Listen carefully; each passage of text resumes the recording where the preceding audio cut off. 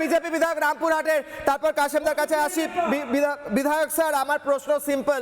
আমার প্রশ্ন হচ্ছে, বীরভূমে হাজার হাজার কোটি টাকার পাথর বালির স্মাগলিং এর অভিযোগ আগেও আমরা দেখেছি এবং অনুব্রত মণ্ডলের হাতও দেখেছি এর মধ্যে। প্রশ্ন হচ্ছে, যদি টুলু মণ্ডল আর এই মিনার মণ্ডলের কাছে এত কোটি কোটি টাকার কেজি কেজি সোনা থাকে, তাহলে রাঘব বোয়ালদের বাড়ির ভেতর কত লুকিয়ে আছে? এদের বিরুদ্ধে তো দ্রুত ব্যবস্থা এবং গ্রেফতারি প্রয়োজন। বলুন স্যার। ধ্রুব সাহা। দেখুন, এ তো হিমালয়ের শৈলচূড়া। আমরা তো আগেই বলেছি, রাজ্যের মাননীয় মুখ্যমন্ত্রীর নির্দেশে যে ধরনের কর্মসূচি রাজ্য জুড়ে চলছে, আমরা আশা করি আগামী সময় আরো অনেক এই ধরনের রাঘব বোয়াল বেরিয়ে আসবে।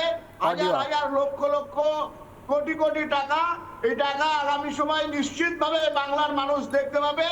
আমরা আশা করছি যে যে ধরনের পশ্চিম বাংলায় আজকে পরিস্থিতি হয়েছে, 8,15,000 কোটি টাকা দেনা হয়ে গেছে এবং পশ্চিম বাংলার মানুষ আজকে দেনাগ্রস্ত হয়ে গেছে, আর আসল টাকাগুলো এখানে পৌঁছেছে। এই কেষ্টমন্ডলরা কিছুদিন আগে বলেছেন, যেমন ভালো তৃণমূলে যোগ দিলেন, ঋতব্রত তৃণমূলে যোগ দিলেন, বললেন কি, ওই যে আমরা 3.5 কোটি টাকা ডেলি কালেকশন দিয়েছে, কিন্তু কোথাও তো ট্রেজারিতে দেখতে পাচ্ছি না, অ্যাকাউন্টে দেখতে পাচ্ছি না 3.5 কোটি টাকা করে ডেলি অ্যাকাউন্ট জমা পড়েছে। তাহলে সেই টাকাগুলো গেছিল কোথায়? সেই টাকাগুলোই হচ্ছে এই টাকা যে তৃণমূলের সে সময়ে চুরি হয়েছিল, তৃণমূলের পরবর্তী সময়ে চুরি হয়েছিল। আমরা থাকার পরে আমাদের মাননীয় রাজ্যের মুখ্যমন্ত্রী তার নির্দেশে এই সমস্ত টাকা সঠিকভাবে মানে জায়গায় পৌঁছাচ্ছে এবং মানুষ আজকে এগুলো সামনে দেখতে পাচ্ছে, আগামী দিনে আরো দেখতে পাবে। আমরা চাইছি যে বাংলার মানুষ আগামী দিনে এই টাকাগুলো সরকারি খাতে দেন, রাস্তা হোক, ঘাট হোক, বেকার যুবকের কর্মসংস্থান হোক, স্কুল হোক, কলেজ হোক, শুধু সময়ের অপেক্ষা।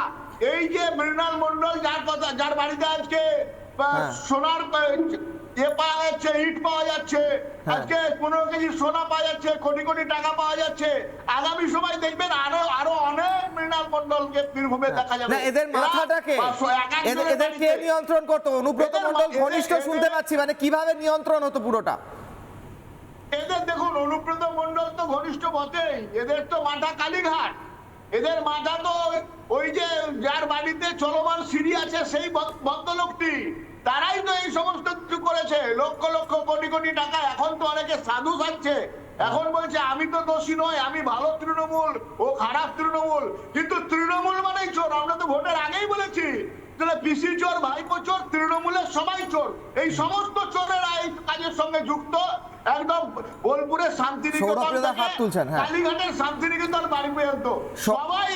সৌরভপ্রিয়দা একটা লাইন, তারপর আমি কাসেমদার কাছে আসবো। এখনো বলেনি, সবাই বলবো। আমি ধ্রুবদার চেয়ারকে সম্মান জানিয়ে এই কথা বলছি।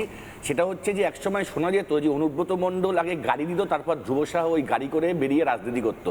কে কার কাছের, কে কার দূরে, পুরো বীরভূম জানে যে ধ্রুব শাহ অনুব্রত মণ্ডলের প্রেম কত দূর। ধ্রুব শাহ টাকা ভাইপোর মতন অবস্থা। আপনারা অনুব্রত মণ্ডলের যে সম্পর্ক যা শুনেছি, মানে মিলে মিশে থাকা, ভালোবাসা, মধুচন্দ্রিমা আপনাদের মধ্যে ছিল।